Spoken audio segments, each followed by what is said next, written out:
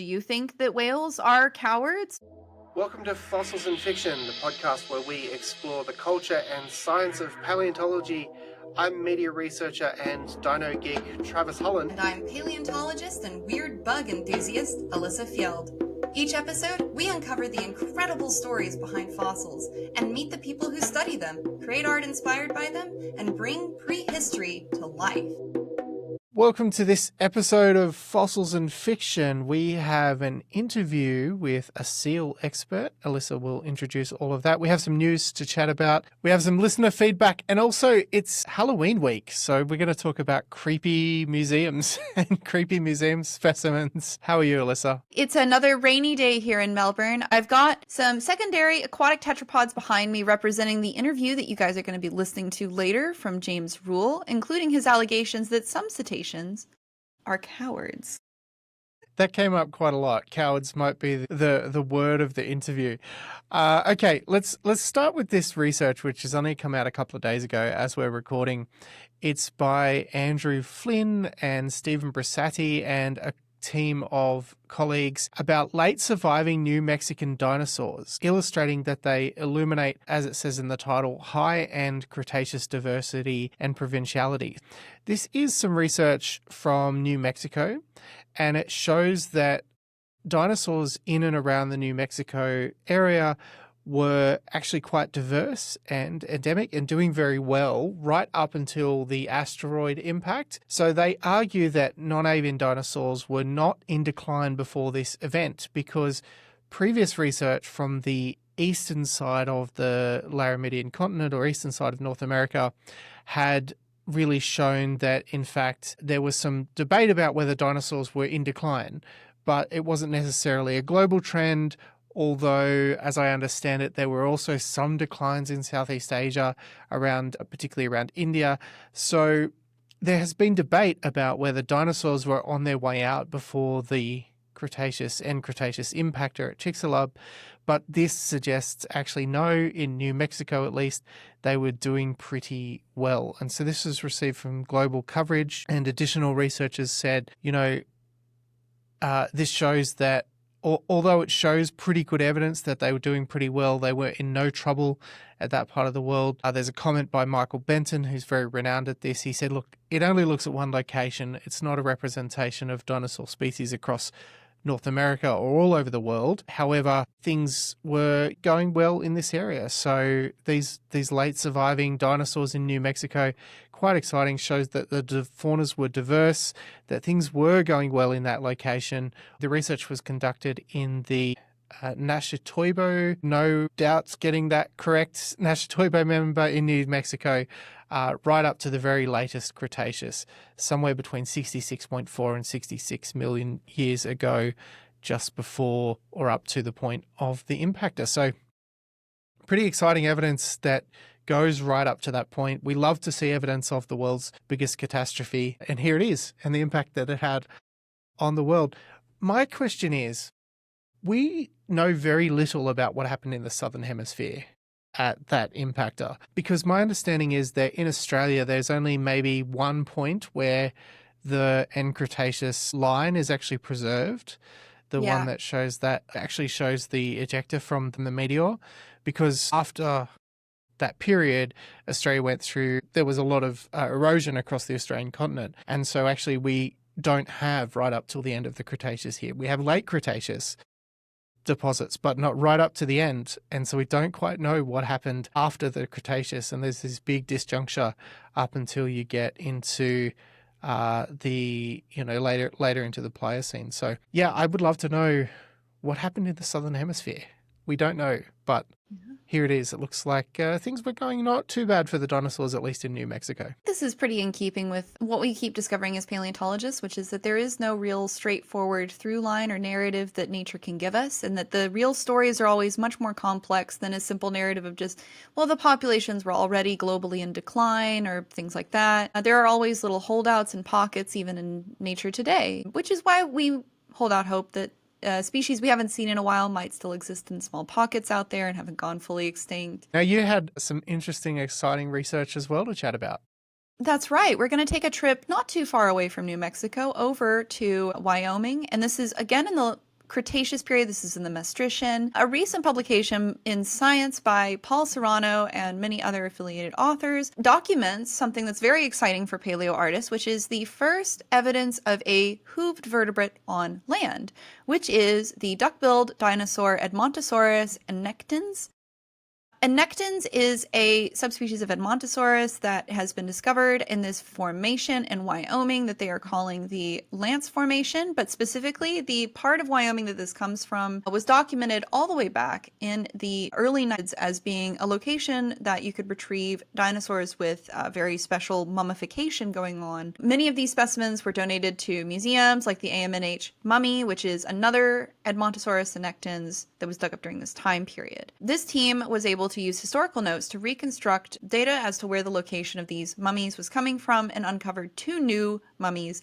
I'm putting this in quotes because the process of mummification that something like the Egyptians would use is very different from what's happened here. The animal is quickly becoming covered in a thin layer of very fine sediment that's preserving the skin before it has a chance to rot away, and usually this happens in like an anoxic environment. So it's really rare to get this kind of preservation. And this really thin layer of clay, which is smaller than a millimeter, like hair-sized, has preserved, in addition to these hooves, also the details of a fleshy crest over the neck and trunk, as well as interdigitating spike rows over the hips and tail. So this pointy, fleshy, hooved creature is a better picture of the Edmontosaurus that many of us know and love.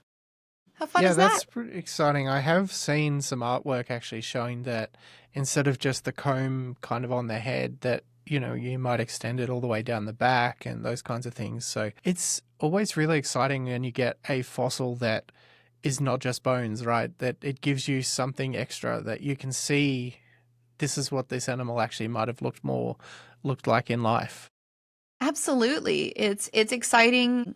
I think it helps us with the problems of things like shrink wrapping as well, where we might not always know how loosely the skin sat on top of the other features of the animal. I love the cresty boys. They're my favorite category of dinosaur, cresty honky boys. So I'm just happy to know that he also has little hooves on his little feet. How cute is that?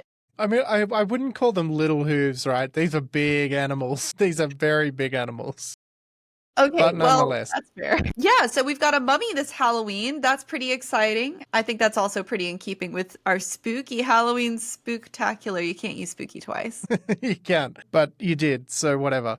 Woo. Okay, something particularly spooky, maybe, if you're a fish, is seals. Yes, That was a very poor transition, but here we are. seals. What a creature. They don't look spooky on the outside, but a lot of the times if you pop their mouths open, especially leopard seals and crab-eater seals, you can definitely see that these guys were descended from carnivorous ancestors. Seals, what's their deals? We've got paleontologist Dr. James Rule to tell us more about them. James is a member of our lab, which was very convenient for me, so this interview actually took place in our office. And James is just an awful lot of fun to talk about. He's had experience both getting a PhD in Melbourne, working with the Melbourne Museum, as well as doing his postdoc in the UK, where he was with the National Museum of History in London. And James has done everything from turtles to seals, but we mostly focus on the deals with seals in this episode. We're here with James Rule, PhD and current postdoc in the Evans Evomorph Lab. James, how are you today? I'm good, thank you. Thanks for having me on the show, Alyssa. Absolutely, yeah. If you've never met James before, James is a classic member of the Evans Lab. He's also done some tremendous work with some of the other students here. So you can see our friend Lockie in the background if you're watching at home. Lockie is also studying an animal group called secondary aquatic tetrapods. And that's a fun word that some people in our audience may be familiar with in connection to whales. But could you tell us a little bit more about what these animals are? So essentially, first of all, what is a tetrapod? Let's start there. Yeah. Tetrapod is an animal with a backbone and 4 limbs, essentially. So we're tetrapods. And originally, though, our ancestors used to be fish. So in a phylogenetic sense, we're also all fish. But Thank goodness. we won't get into that. But at some point, the fish got tired of the water. They grew some limbs, or evolved some limbs. They left the water, and then they evolved into all the diverse forms like reptiles, birds, and mammals. Secondarily, aquatic tetrapod is in a group of animals that went, oh no, we made a mistake. We have to go back. And then they went back into the water. So these are things like turtles, whales, seals, which is what I study. What else? Lots of marine reptiles like ichthyosaurs, all the extinct ones, penguins. So basically, anything that used to be on land and then transitioned back into the water because they realized they had it quite good. Absolutely. I mean, there's no taxes under the sea, as The Little Mermaid probably pointed out. I didn't watch it. I've watched it. I don't know why I said that. But so people are broadly familiar with some of these trajectories, I think. But what is unique about seals? How have seals made that transition work for them? So seals are the best ones. That's what's unique about them. The others, they're rubbish. Seals, they're absolutely great. But seals, the reason why seals are great is because they are amphibious. So they are adapted to life on land and underwater. So some people might think that because seals still can walk or wriggle on land and retain some ties to land, that they're on land at the moment, but eventually they're going to become fully aquatic, like whales. And that is probably not true at all, because seals have a lot of adaptations specifically for life on land and underwater. And in a lot of ways, being an amphibious mammal is harder than being a fully aquatic mammal, because you have to balance two completely different environments. So I like to say that whales, evolutionary speaking, are cowards. They gave up their life on land, fully committed to underwater. They got rid of their legs. They got rid of all this stuff because it was easy. An animal that lives in air and underwater is not easy, and seals do a terrific job of balancing both. Even though if you look at the ones on land, they look a little bit hopeless, they're actually pretty good, all things considered. So my familiarity with your work is a bit limited, but I think there's a specific anatomical feature that probably demonstrates that really well for seals, which would be the ear. Would that be correct? Yes. So that's one of the main things I'm studying at the moment. And that is because seals have a superpower, and they are the only mammals with amphibious hearing. So they can hear in air and underwater. I think this is a great example of how they're doing both, because whales can't even do that. If whales are coward. If a whale is on land, it is deaf. That is the least of its problems, but one of its problems is it cannot hear anything. And it's because in order to hear underwater, it had to completely change its ears to adapt to hearing underwater sounds.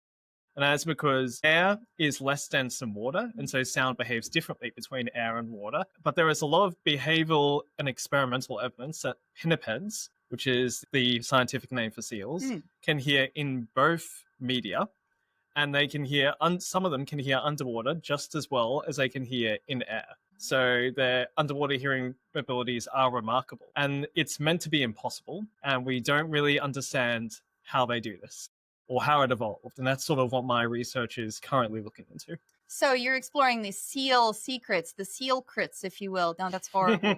Yes, the seal crits. And does that vary in species that have very deep diving ranges, or is that something that you see consistently across all seal groups? Well, it depends on the group that you are. So the ones that are better adapted for underwater, which are the true seals or the earless seals. The scientific name is the phocids. So they're the ones that don't have any external ear pinnae, which are what we call the flappy things on the sides of our head. And they've got a lot of adaptations for underwater life. So they can swim very well. They usually undulate their whole bodies and use their hind limbs and a little bit of their forelimbs. But they can hear the best underwater. The fur seals and sea lions, which are the ones with ears, and the ones that can still awkwardly walk on land, they can't hear as well underwater, but they do most of their vocalizing on beaches in harems. So it makes a lot more sense, is because they're doing all their talking in air, and true seals are doing all their talking underwater.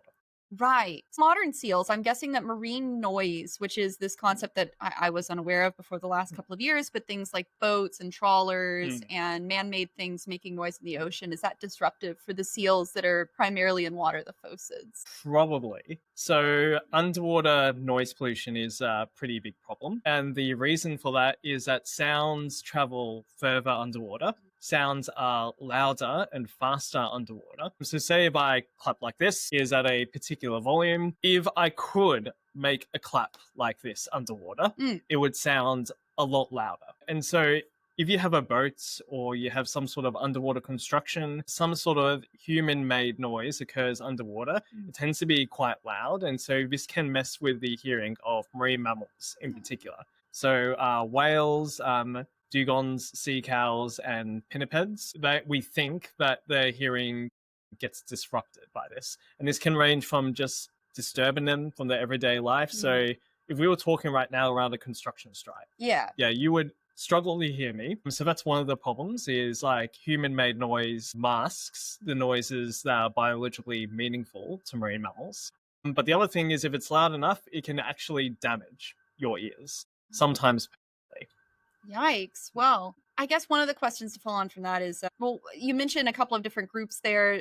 Sea cows, dugongs. What is a seal? What is a cetacean? Where are the lines drawn? And how do animals like walruses kind of fit into that? All right. So a whale essentially is a coward, but a also. coward. But there's two groups of whales. There's the toothed whales, which is stuff like the dolphins, killer whales, sperm whales. And then there's the baleen whales, which are the ones that look like they've got the big hair in their mouth and the big mouths. And so they're the two main groups, and they evolved from the artiodactyls, I'm pretty sure. So as weird as it sounds, they used to be hoofed at. Right. And they still technically are part of that group. But now they don't even have their hind limbs. What are they doing? Completely lost everything. So that's one group of marine mammals. The others I don't know too much about, dugongs and sea cows. And the Steller's sea cow. Rest in peace. Yep. They are all sirenians. Right. So they're another group, and they're mostly herbivores. And they've also completely cut themselves off from land. And they usually graze on like vegetation, underwater vegetation. Right. Yep.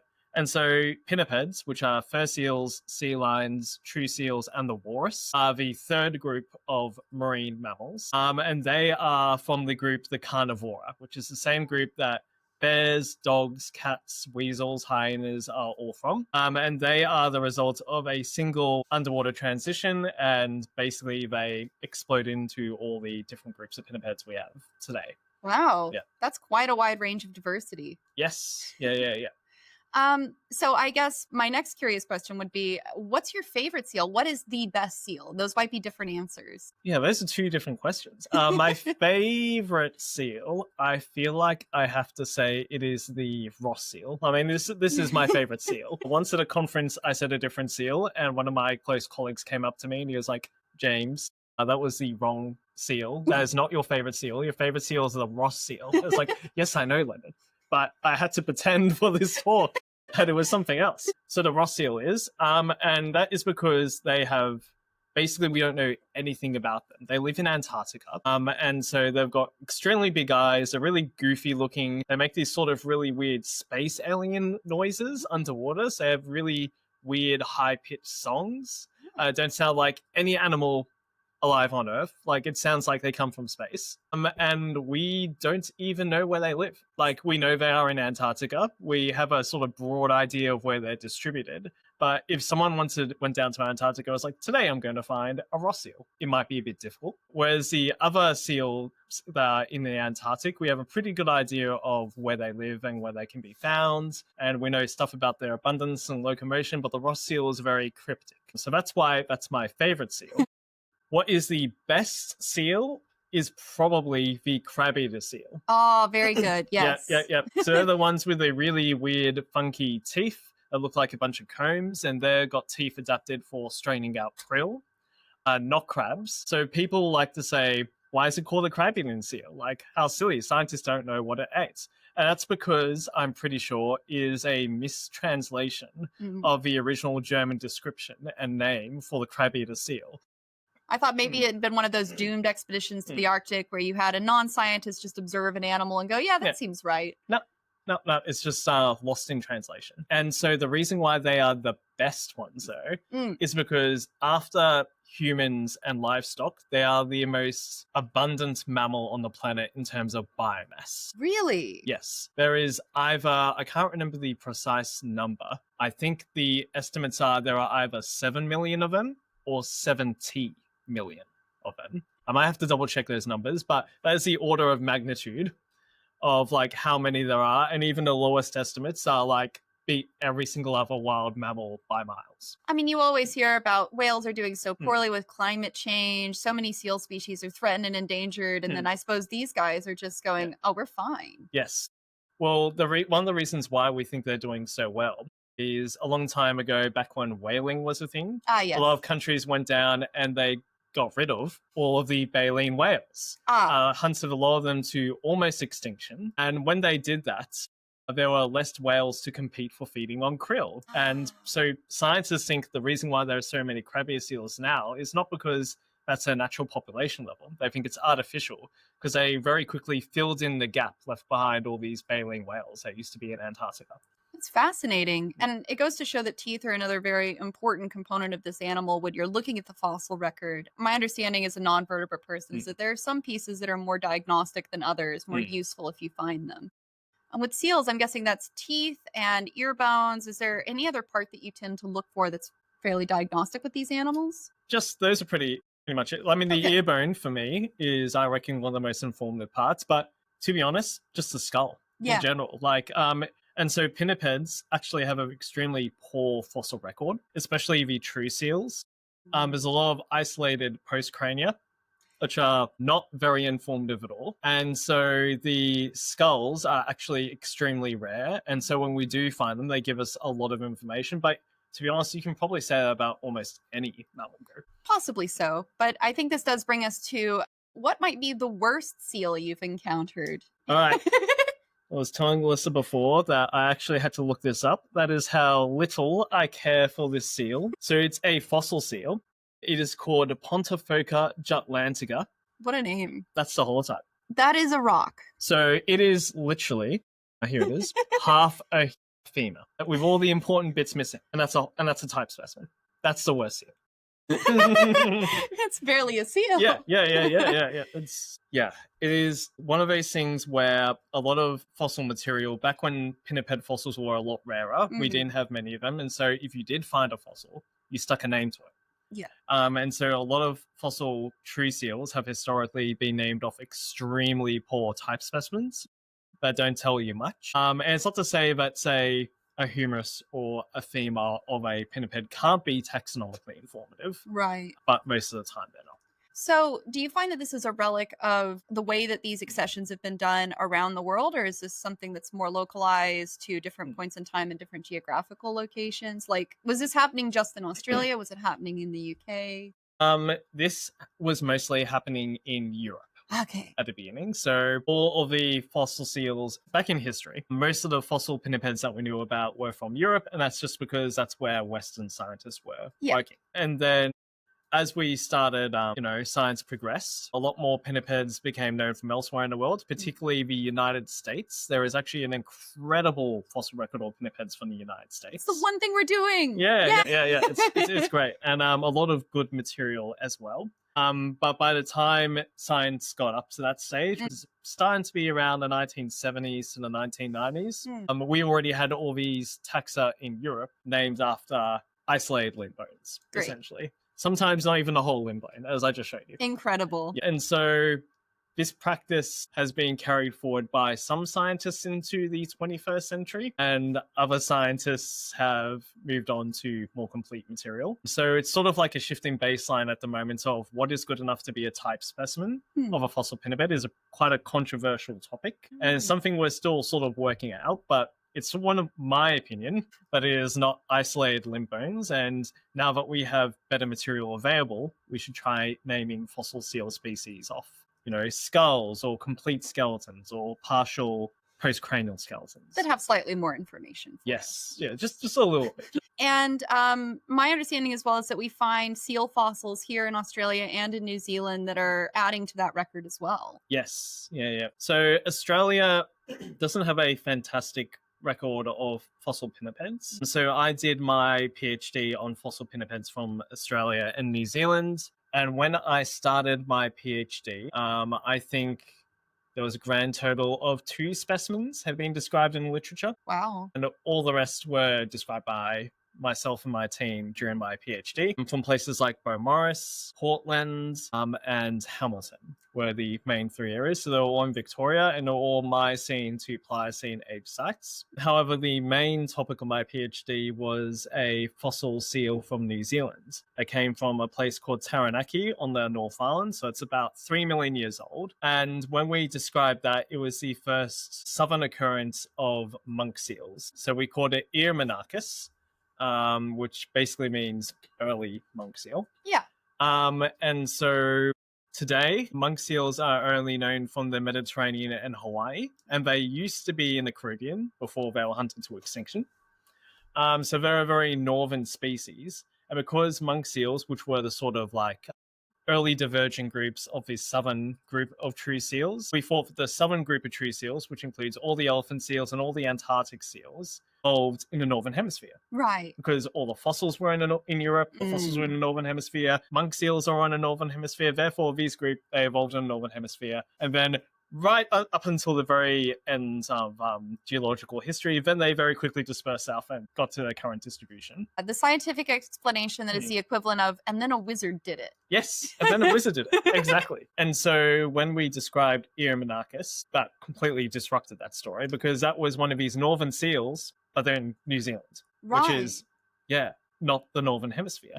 And we also had 2 ear bones from Victoria. So I think one from Hamilton and one from Beaumaris, which were also monk seals. Well, the interesting thing about finding these ear bones, especially at Beaumaris, is that the iron concretions at that site and the ear bones themselves, which are often quite like black and iron rich, are, I don't know how on earth you guys tell them apart from the surrounding material that you find them in. It's just a combination of, I think, knowing what you're looking for, getting your eye in, and luck. So like a very long time ago, when I used to do a lot more field work than I do now, we used to go down to Beaumaris with me, Ben, and some other collectors. And one day I was talking to Ben while we're down on site, and he was complaining about, I haven't found a whale earbone in like so long. Oh my God, like I really got a whale earbone drought. I just looked at his foot and went, oh, look, there's one. Absolutely hated that. And so it literally just, sometimes it's luck, sometimes it's experience, and it's a little combination of both. Right. And for listeners who may have missed our Ben Francis Shelley episode, what are you doing? He's hilarious. Go have a listen. But Beaumaris and a lot of these beach deposits in Australia can be quite difficult to work with in general because of the tides, the cliffs, the general discombobulation of the things that you find. Tremendous work. And I think I think this is kind of in line with what I've heard about the story of other secondary aquatic tetrapods, is that the more material we find in Australia and New Zealand, the more it kind of revises and gives earlier estimates for these points of divergence. Yes, yeah. I like to say that my unofficial research theme is tackling Northern Hemisphere research bias. So a lot of early paleontology on marine animals was done in the Northern Hemisphere, and now we're getting to the stage where important finds are showing up from South America, Australasia, South Africa, and we're sort of realizing, oh wait, actually all these animals where we didn't know where they evolved or that we thought evolved in the Northern Hemisphere, turns out maybe that's not the case. Right. And all it takes is like one fossil to sort of disrupt those narratives. Right, absolutely. And I mean, we're talking about a couple of intersecting factors here as well. You've got the bias towards the northern half of the globe more generally, but it's also what gets deposited in their museums and what gets looked at out of that collection. James has done work both here in Australia and in the UK with some of the really beautiful museums over there. And you worked with collections pretty extensively, is my understanding. Yes. What are some things that you can tell us about what it's like to work as a researcher with museum collections, and how does this kind of collection bias, what ends up in these collections, how does that impact the narrative as well? So I think it's mostly to do with expertise is one thing, just having experts at the place where your museum is located. Mm-hmm. So there's a lot more funding for science in places like Europe and in the United States. There's a lot more scientists. There's a lot more variety of experts in those places. Whereas in other parts of the globe, that may not be the case. And so you could have really important fossils seeing these museums, but because there's no seal expert or sea cow expert or something, then no one's going to know about it. Right. And if you're collecting this material, but you yourself don't really understand what it is, or it's donated to the museum in absence of one of these experts, what happens to that material? Does it just kind of end up in the back of a collections drawer to be looked at a future date? Yeah, pretty much. It usually just sits in the collection waiting for the right person to come to the museum and see it and go, aha, I know what that is. And that's been something that's happened a couple of times here with recent PhDs, especially in our lab. I think you've had some great success with that, but so is like Adele, Jake, all friends of the podcast. But how are museums as institutions generally kind of doing these days? My understanding is that a lot of museums will partner with local universities or academic positions, but we all know that academia is kind of not doing great in general in a lot of places. How are museums doing? It depends on the museum and where you are, I guess. So I think right now we're entered this sort of world after the COVID pandemic started, where a lot of places were financially impacted by it. A lot of institutions are becoming affected by a lot of cuts. So in Australia and New Zealand, we do see that happening a little bit. And I'd say in other parts of the world as well, where this sort of like post-COVID world, not sure if it is a post-COVID world yet, but this post-COVID world, priorities of like governments and all the institutions that fund these museums have changed. And, unfortunately, sometimes it can feel like we live in a world that doesn't value science as much as it probably should. And so they go, okay, what isn't producing money? This isn't. Okay, we'll cut that. That makes a lot of sense. That certainly does sound like living in the modern world in a capitalist society. And my understanding from having briefly worked with museums as well is that each institution has kind of its own set of rules by which it kind of deals with academic research as well. So some institutes are a lot more lenient when it comes to things like listing the location where you found material. That's something that a lot of vertebrate research in the US it's under a little bit more wraps. It's a little bit more of a closely guarded secret.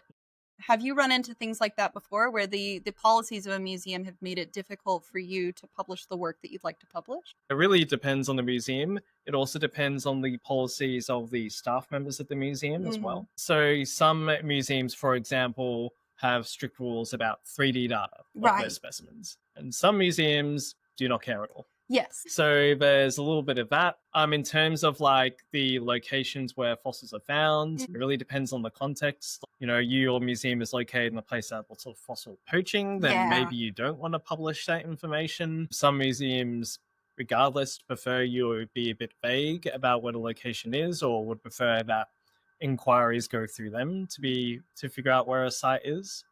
But usually it is okay. Yeah. So I guess the moral of that lesson is just check what the institutions have listed and talk to a curator if you don't know what to do. Yes. Yeah. Exactly.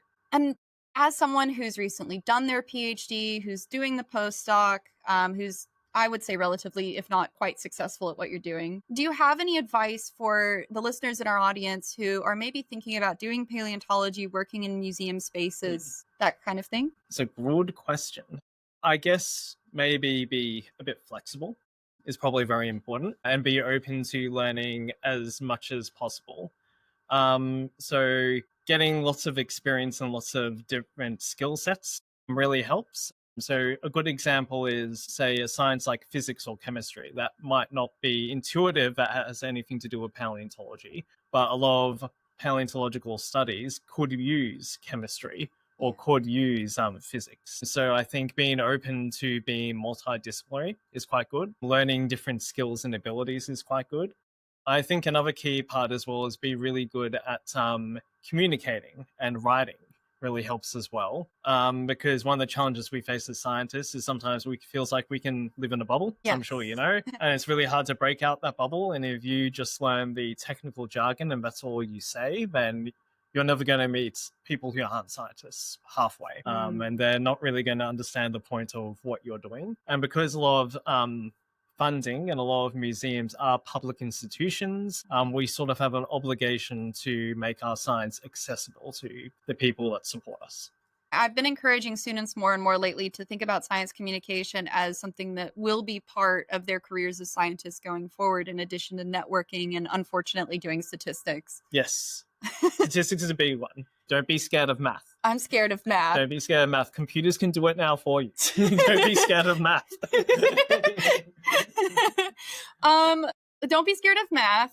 Enjoy the crab eater seal. Don't describe specimens based off of broken sad femurs. Yes. Well, those all sound like great lessons to take away from our chat today, James.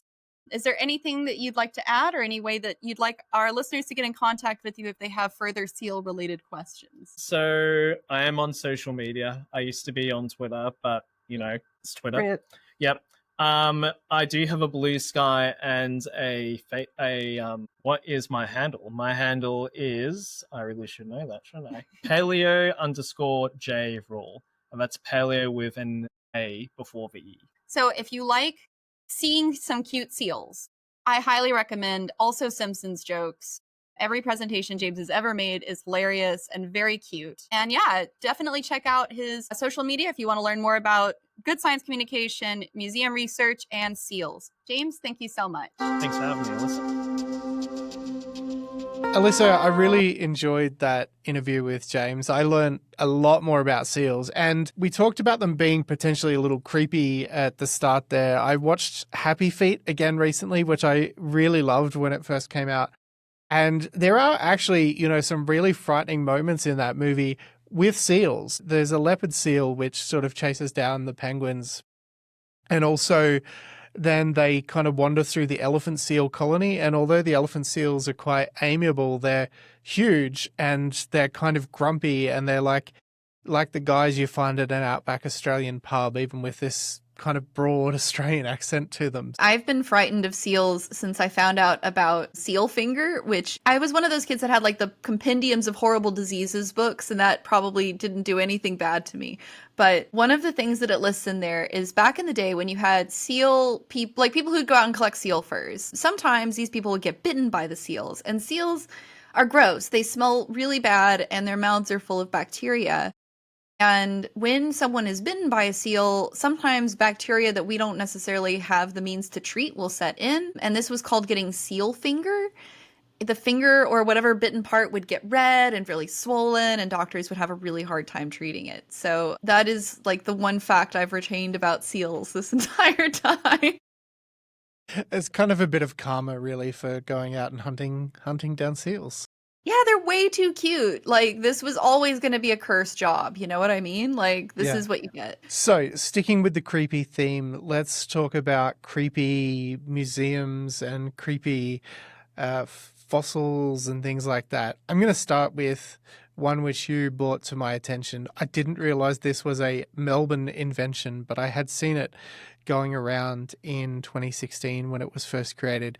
This is a creation, a fictional creation, which is on display in Melbourne called Graham. And Graham is a human being that is designed to survive a car accident, or as if we had evolved to survive a car accident. It's a piece of work by Melbourne-based artist Patricia Piccinini, with help from Christian Kenfield, a trauma surgeon at the Royal Melbourne Hospital, and David Logan, a crash investigator at Monash University. And yeah, it's this human character that's evolved or been evolved to, conditions where I guess car crashes or surviving car crashes is an evolutionary pressure. And so Graham has a supersized skull that also leans forward over the top of his eyes and nose to protect his brain and face. He has no neck because obviously the neck is a major point of failure or weakness in the human body.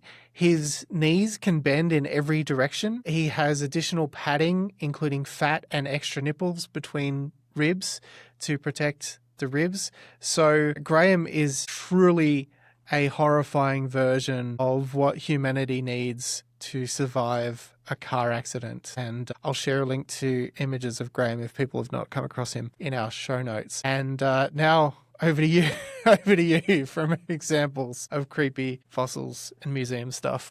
Graham, when I first started volunteering with Melbourne Museum, one of my friends who's in the PhD with me actually dared me to go down there and meet him. And ever since then, he keeps daring me to go back. And it's like, I don't like hanging out with Graham. I'm sorry. So one of the creepiest exhibits that I've seen was not one that I got to see in person, but I heard about it through Astrid, friend of the show, who recently went on a European vacation, including parts of Paris, France. And at one of the museums that they visited, I'll put a link into this for the show, but there's an exhibit that is the hall of, all good old-timey museums have like a hall of skeletons, right? And this says it's hall of skeletons. But for some reason, the way that they've chosen to arrange these skeletons is so that they all face in the same direction, like forward towards like a series of like human skeletons, like at the front. And like, I cannot imagine being the janitor there, They're all on the floor and they face in the same direction as if it's a skeleton army obeying their Lich King. Truly an experience, I would think, to stand like at the front of that. It made me uncomfortable just looking at it. Yeah. Okay. I'm going to talk about now another sculpture, and this is a 11-meter long model of a giant squid that's at the South Australian Museum. Now, the thing that really makes this is because it's a full-size giant squid, it's huge, and they have installed the squid in a former lift shaft, so you can see it across all 4 floors and walk around it from top to bottom or from bottom to top even. And from the bottom, you get just the bottom of the tentacles kind of creepily dangling down from above in this lift shaft. And then as you go up, the tentacles get kind of thicker and whatnot until you get to the second floor from the top, which is then the body of the squid, and you get to look at its eye. And then on the top floor, you can stand above it and look down the lift shaft. So, if you even have a bit of a sense of a fear of heights, this one's a bit creepy, but it feels like this tank, or this ocean tank that the squid's existing in. And it's a really effective display, but also creepy as hell. So next time you're at the South Australian Museum, I suggest checking that one out.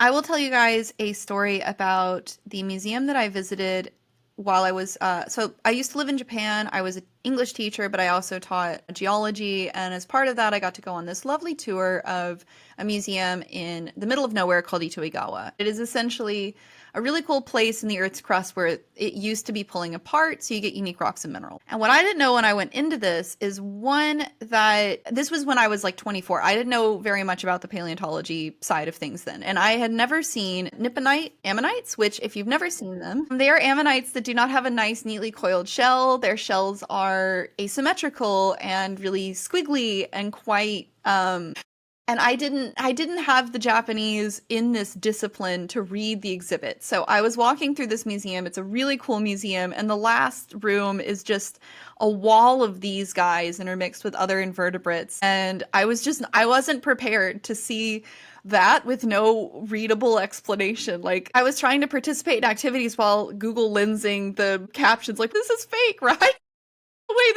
why is it so big? Because some of these are they're quite large.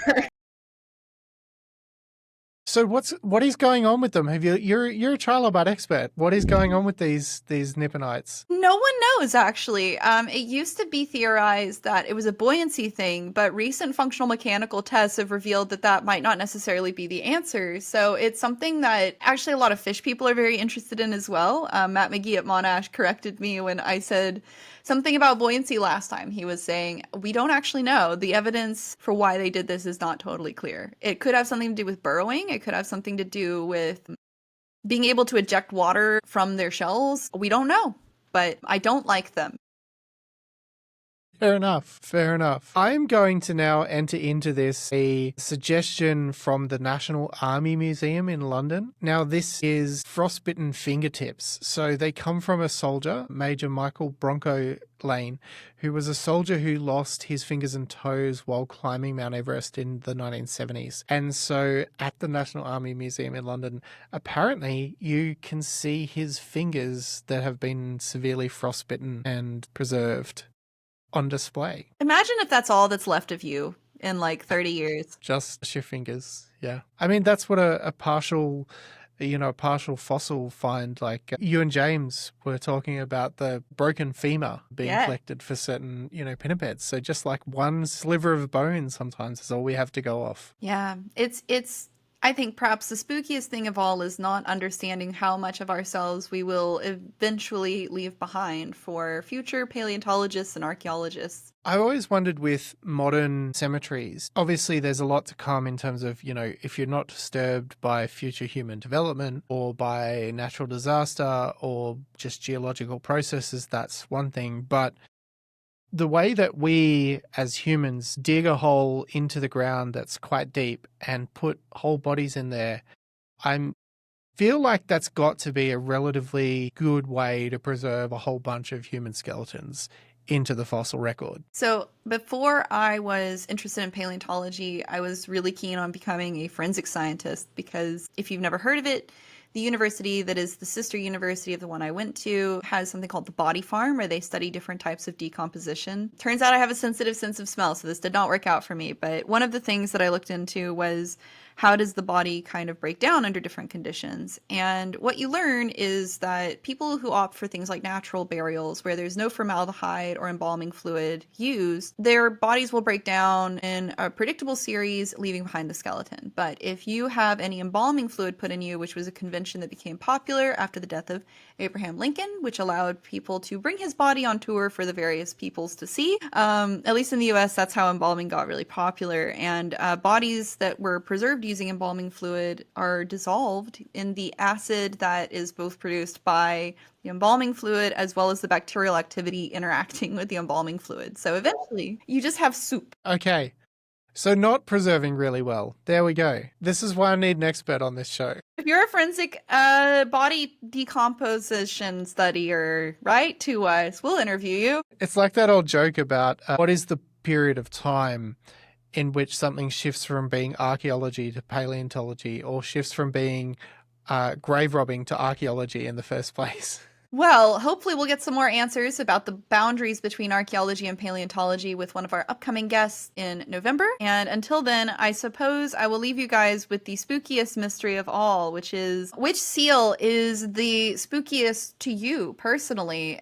Do you think that whales are cowards, or do you think that they are the noble and majestic cousin of seals? I don't know what your opinions are. You'll have to tell me. Look, before we go, I just want to mention we've had some comments. Some of these have been floating around for a long time, and for whatever reason, they've only surfaced to me. But our Zev Landis interview from a few months back, there was a great comment on YouTube from Luke Mitchell, going by Dino Manx on YouTube, who said he absolutely loved the interview with Zeb. Thank you for bringing him on. His art and style is very distinctive. Huge fan of his and his work. So thank you, Luke. And also, we actually have reviews, which, there are people out there randomly listening to us who aren't just family and friends, which is fantastic. So if you're one of those people and you like the show and you're going to leave us a 5-star review, please do that. If you don't want to leave a 5-star review, please don't do that. But if you want to leave a 5-star review, then I'm going to read it out on the show when I eventually get around to it. So we have one review from a user going by AKA Space, and that is, if you are passionate about paleontology, you will love this. Great guests, great hosts, engaging, full of knowledge and enthusiasm. So thank you so much for that message. And another review, which was also a 5-star rating, saying, so refreshing to hear about Australian paleontology by people who are clearly passionate about the subject. Love it. And that was by Dring, WR, DRING, WR. So thank you. Guys, that's really sweet. Yeah, we try to keep it fun and interesting. And yeah, I think both of us genuinely really care about paleontology in general, but especially the exciting stuff that's going on here. It's a really cool time to be a paleontologist down under. Your Australian ochre accent is coming along really well, Alyssa. Thanks. Dude, I've been banned from using it in friend circles, so... And rightly so. Let me say. But we'll put it on the internet for everyone to hear. Thanks, guys. Thanks for supporting the podcast and for letting me say words bad. Thanks for joining us for this episode of Fossils and Fiction. If you enjoyed the show, be sure to rate, review, and follow us on your favorite podcast platform. And don't forget to connect with us on social media. Share your fossil-inspired stories, art, or questions. We'd love to feature you in an upcoming episode. Until next time, keep exploring the culture and science of paleontology.